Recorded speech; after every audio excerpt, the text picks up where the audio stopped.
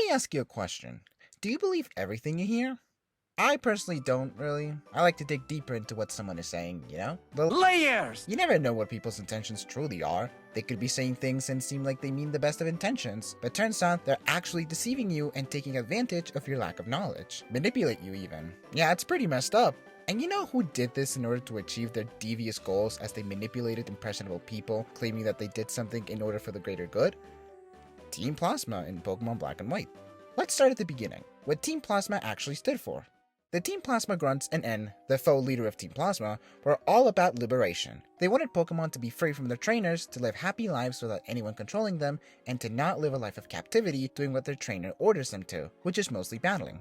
This was the core belief in which N and the Team Grunts were acting upon. Every battle you have with them in the games is fueled by this very belief, and they truly believed it was for the good of Pokemon. They believed humans mistreat Pokemon, and thus why they needed to be separated. It's why they took such drastic measures to separate people and Pokemon. It's why they stole so many Pokemon throughout the story, and to a degree, there's a bit of truth in what they believe. Yes, there's multiple instances of people mistreating their Pokemon. Hell, the anime shows us the brutal reality of multiple Pokemon being abandoned in dehumanizing ways. And regarding captivity in Pokeballs, there are a couple of Pokemon that do not like being inside of them, to the point of staying outside of them forever. It is true that these cases happen. However, for the majority of situations, it is shown that Pokemon are actually quite content with some of these situations when their owners take care of them properly. Sometimes, they're the ones that beg to be caught by trainers and don't mind being in Pokeballs. A lot of them also enjoy the thrill of the battle, actually begging to participate in the battles. Now, the conversation of whether they actually enjoy it or it's just something they've grown to accept as their reality and enjoy it, that's a different conversation. But we are shown they're not suffering. But Team Plasma doesn't believe this, and is very persistent in that Pokemon need to be released, and he is the only exception as he is the only one able to connect and talk with Pokemon. So now, we get to the question, why don't they believe it if there's instances of good treatment towards Pokemon? The answer?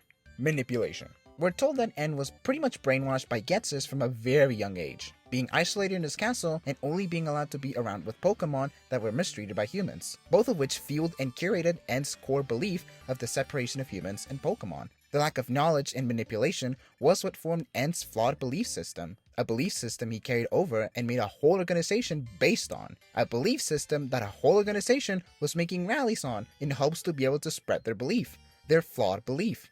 And it was working. When they showed up in Akumula Town, it got people questioning if what they were saying was actually true, despite not showing any signs of evidence to back up their claims. But how does it happen?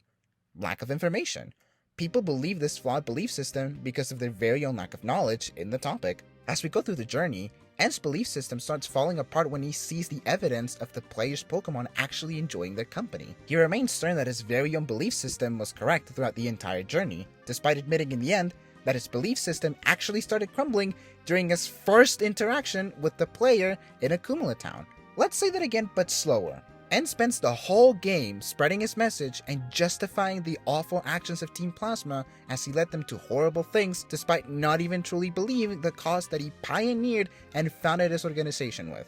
It's only until Ghetsis comes out and reveals he brainwashed N that he admits his belief system was wrong. In Pokemon Black and White 2, it was revealed that a lot of the now former members of Team Plasma truly believed in N's cause. They signed up for Team Plasma because they thought they were doing a good thing. Despite committing multiple crimes, these former members believed that if they committed these illegal things, they would make Unova a better place. Hell, by the end of Black and White, there's a grunt that's confused as to why a Patrat he stole cares for him, admitting to not understanding.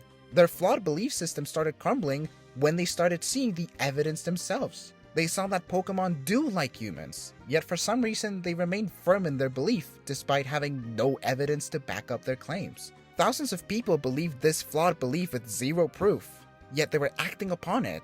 They committed acts of terrorism and brought a lot of insecurity all throughout the region of Unova, again, for a belief with zero evidence. They were all manipulated by a singular person, yet Ghetsis only had to brainwash one person, and in the end, the only person that benefited was Ghetsis.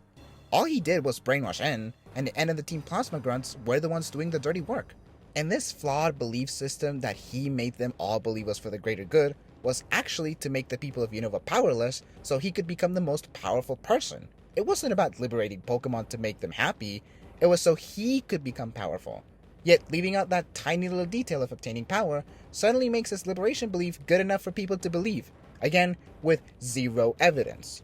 Isn't that scary? The dangers of spreading misinformation on impressionable people almost caused an evil person to take control and dictate what people can and can't do. He brainwashed thousands of people and made their identities beliefs that were just disguised as evil doing. Worst part, these people hug into these flawed beliefs and they turn them into their whole identity, to the point that anyone questioning or posing questions that could challenge this belief system would be deemed an enemy. In their eyes, you were attacking the only thing they had to live for, because that was their life. N was basically groomed for this sole purpose, so being challenged obviously meant questioning his only reason to live, because to them, it was more than just a belief. You making them doubt was essentially questioning them why they were even on this earth, hence why they would cling so tightly to these beliefs. And once the curtain was pulled and the true motives were revealed, N and the former Team Plasma members had to face the reality that they were living their life as a lie. They were never working for a better place, they were working to get an awful person in power. But because the lie stems from the very source of their belief system, ergo their reason to live, they break. It's why only then and there, N finally accepts his belief system was flawed, because the person that gave him a reason to live told him it was a lie. And that's a very tragic story for them. Don't get me wrong, the people they oppressed had it much worse. Even if N and Team Plasma were victims of Getsus, they were still doing despicable things. They stole multiple Pokemon, they intimidated and attacked others to force their beliefs, physically hurt Pokemon like the Luna from the Dream Yard, stole property from public places, supported and actively aided the forcible installation of a non-democratic elected monarch, and the list goes on. Yes, N and Team Plasma were also victims of Getsus, and were taken advantage of. Again, N was groomed since he was a child, and it's absolutely devastating that he had no control on his life, and because of a shitty man, he was turned into a propaganda machine that would lie to people for the benefit of Getsus. But this information gives us an explanation for their horrible actions, but it does not justify them. The story of Team Plasma, and especially N, is quite the tragic one. They were taken advantage of and were made the faces of an oppressive organization, all while they were manipulated to believe they were doing it in the name of good doing. And I wish there was a way to prevent people from falling into the wrong hands to be brainwashed. Like, N was an orphan baby when he was being groomed. What could he have done? If anything, it highlights how some people are just thrown into awful situations where there's no win-win outcomes. And that's the root of the problem. These awful, horrible people like Getsus that just take advantage of vulnerable and impressionable people are the ones that create these massive movements that turns a bunch of people into mindless zombies that will do his bidding.